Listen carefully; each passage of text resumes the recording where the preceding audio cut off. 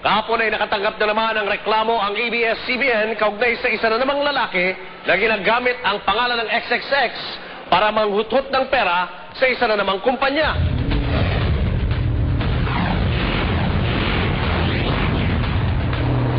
Natungo sa ABS-CBN si Ginoong Benedict Ting, Operations Manager ng Air Force One Nightclub, para magtanong kung merong staff ang XXX at ABS-CBN na nagngangalang Francis De Asis. Ikinagulat niya ng diretsa naming sinabi na wala kaming tauhan na tumutugon sa naturang pangalan. Bukod sa usapang yun, pinakita rin sa amin ni Ginoong Ting ang text message na padala umano ni De Asis sa kanya. Dito'y nakadetalye ang bank account number na pagdedepositoan daw niya ng pera. Dahil ayaw ng XXX na magamit ang pangalan ng programa sa anumang kalokohan, partikular ang pangingikil ng pera. Kahapon, Biyernes, December 21, idinokumento ng XXX ang naunang itinakdang pakikipagkita ni Ginoong Ting sa isang Francis De Asis na di mo na nagpakilala ng staff ng XXX. No, sir. Wala, sir eh. Hindi ito pa nga ako sa flyover talaga, sir eh. Gusto ko naman talagang...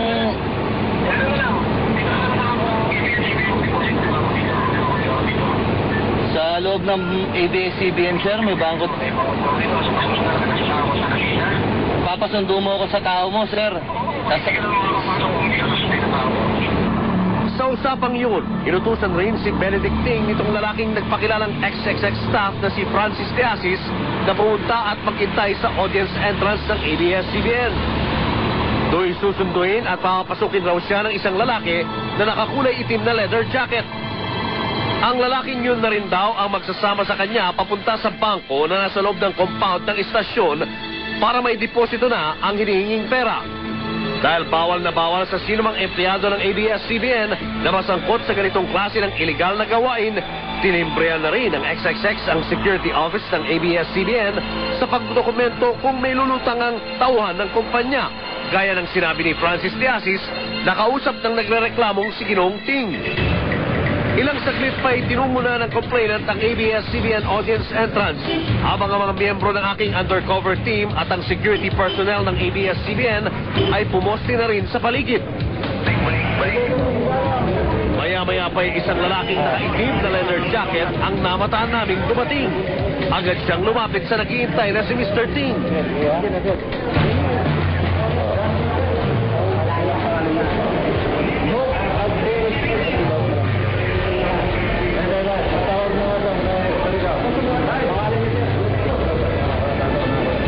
Makapasok na ang dalawa sa loob ng ABS-CBN compound, agad silang nilapitan ng XXX at ng security team. Malinaw sa bidyong kuha ng aming spy camera, ang lalaking ito nga ang sumundo kay Ginoong Ting sa audience entrance. Pero nang kumprontahin na namin ang mamang naka-leather jacket tungkol dito, nakapagtatakang itinanggi niya ang kanyang ginawa. Nag-exercise ka ba, pare? Hindi, sa studio ko. Pero ikaw yung sumundo sa kanya. Meron ako yung susunod dyan. Sino sumundo sa'yo? Ito, black jacket. Ay, ako black jacket talaga ako. Sumunod mo ako eh. Hindi ako sumundo sa'yo. Hindi ko naman, may susundan ako dyan, kapatid ko, pero hindi. Yaman din lang at tila mabilis na makalimot itong mama sa kanyang ginawa, minabuti na nitong complainant na hingin sa sundo ang ID na nauna na niyang ibinigay sa mama. Ay, lisensya ko, Brad. Saan mo nakuha sa'yo lisensya? Hindi ko na kilala.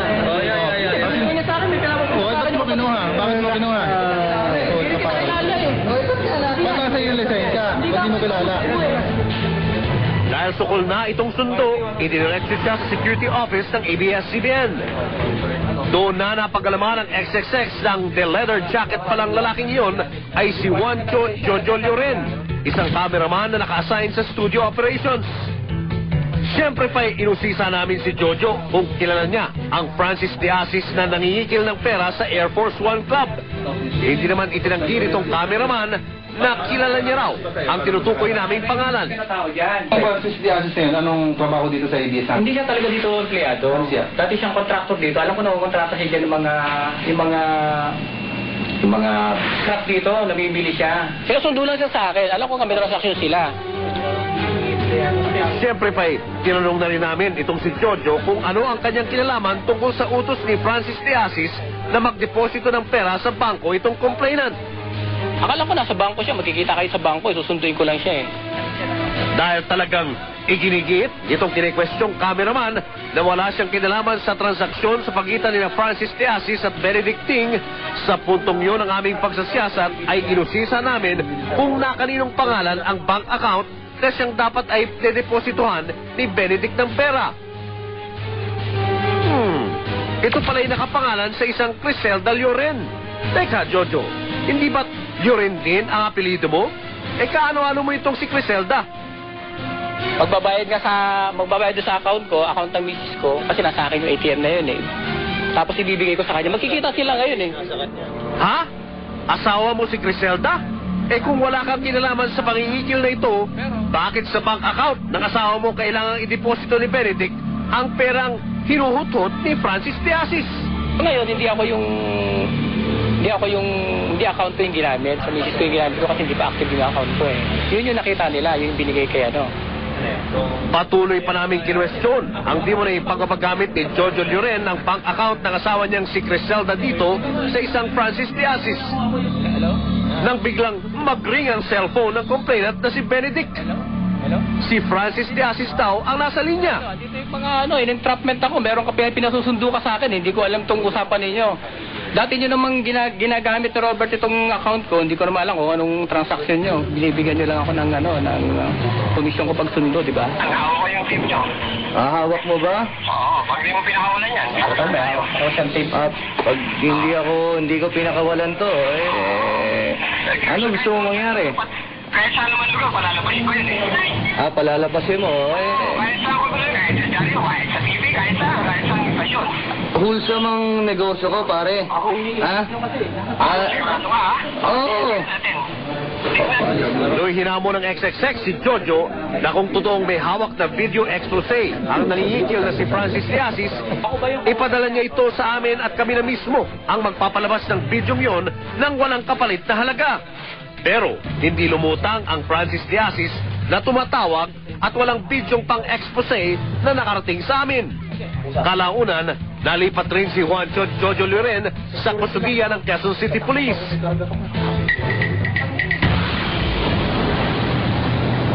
Sa presinto na muling nagkita, sina Jojo at ang complainant na si Benedict Ting. Do'y personal na nagsampa si Ginong Ting ng kasong extortion. Hindi ko kayang gawin dyan. Tsaka pangalo, kakapasok ko lang ulit sa ibit galing ako sa Canada.